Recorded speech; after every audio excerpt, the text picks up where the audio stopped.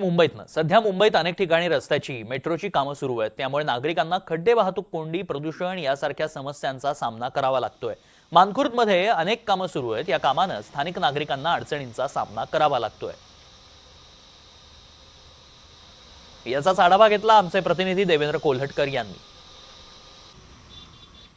यावेळी मी मानखुर्द परिसरामध्ये आहे। मानखुर्दमधील स्थानिक रहिवासी काही सामाजिक कार्यकर्ते माझ्यासोबत आहेत। मी त्यांच्याशी बातचीत करतोय। मला सांगा, विविध प्रकारची कामं जी आहेत ती सध्या मानखुर्द परिसरामध्ये सुरू आहेत। या कामामुळे स्थानिक रहिवाशांना काही अडचणी येतात आहे का? नेमकं स्थानिक रहिवाशांचं काय म्हणणं आहे? स्थानिक रहिवाशांना भरपूर अडचणी आहे। त्याच्या विकास कामाला विरोध कोणाचाच नसतो आणि नसायला पाहिजे, परंतु आपण एखादं काम करत असतो, खड्डे खणून ठेवतो किंवा ह्या ब्रिजचं काम चालू आहे, ह्या ब्रिजच्या कामाकडे कोणाचं प्रॉपरली लक्ष देतं असं दिसत नाही। त्या ठिकाणी एसआरएचं काम चालू आहे। या हायवेवरून प्रवास करत असताना तुम्ही मोटरसायकलवर जर प्रवास केला तर तुमच्या लक्षात येईल की ह्या ठिकाणी किती मोठ्या प्रमाणात धूळ आहे। प्रदूषणाच्या बाबतीत तर उच्चांक गाठलेलाच आहे या विभागाने।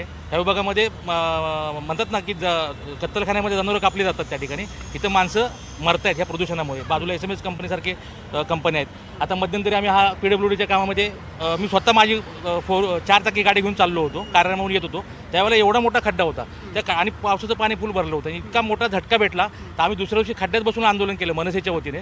आणि PWDचे अधिकारी जोपर्यंत येऊन काम करत नाही तोपर्यंत आम्ही तिथून उठलो नाही। ते काम झालं। त्याच्यानंतर आता तुम्ही बघाल की हा ब्रिज बांधला, करोडो रुपये खर्च करून। अगोदर काहीतरी 400-500 कोटीचं होतं, नंतर डबल काहीतरी किंमत वाढल्यानंतर सुरुवातीलाच गाड्या घसरायला लागल्या आणि ॲक्सिडेंट व्हायला लागले। मग आम्ही परत आवाज उचलला, त्यांना धारेवर धरलं प्रशासनाला। त्यामुळे त्यांनी ते ब्रिजचं काम कुठलं तरी केमिकल टाकून ते प्रॉपर केलं। आता बघा लाईव्ह तिथं पडला बघा, म्हणजे रस्ता किती मोठा आहे काय आहे।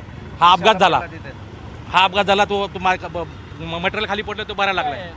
हां चला आपण तिकडेच जाऊ। तर अशा प्रकारे रस्ता तुम्ही कॅमेऱ्यात बघितला असेल किती निमुळता आहे। आणि जो हाय रस्ता तो पण खड्ड्याने सगळे खड्डे तुम्हाला दिसत असतील। हा बघा तुमच्या समोरच तो पडला। त्याला का पडला बघा, ही रस्त्याची क्वालिटी बघा। अरे क्या हो गया भाई, क्या हुआ? अभी गाड़ी फिसला गया। अरे नमस्कार। अरे कैसा गिरा? कैसा गिरा? गड्ढे की गाड़ी की वजह से गाड़ी की वजह से ना, आजूबाजू गाड़ी काय झालं? आणि इकडे ट्रॉफिक पण आहे ना सध्या। ॲक्च्युली बघता तुझी गाडी कशी घसरली? मी नाही ह्याची पडली। मी तर बस स्टॉपला उभा होतो। हाँ आप कैसे गिरे? भी इतना खड्डा है तो कैसा गिरना ही पड़ेगा ना, क्योंकि इतना गेट बना दिया, ऐसा खड्डा है तो गिरना ही पड़ेगा। ट्रॉफिक की वजह से इतना ट्रॉफिक हो रहा है। म्हणजे आता आपण बघाल की लाईव्ह घटना घडलेल्या आहे आणि अशा प्रकारचे अपघात सर्रासपणे होत असतात।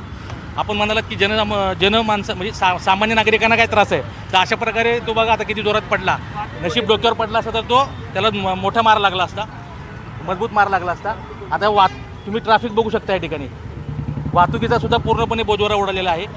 शहरनगर मार्गे ब्रिजवरून जर येणार छत्रपती शिवाजीनगरवरून ब्रिजवर चढल्यानंतर ह्या ठिकाणी उतरून त्यांना जर वाशीला जायचं असेल तर खालून जाणाऱ्या माणसाला जर अणुशक्तीला जायचं असेल तर ते पूर्ण क्रॉस होतं आणि त्या ठिकाणी ट्रॅफिक जाम होतं। ॲम्ब्युलन्सला सुद्धा जायची व्यवस्था होत नाही।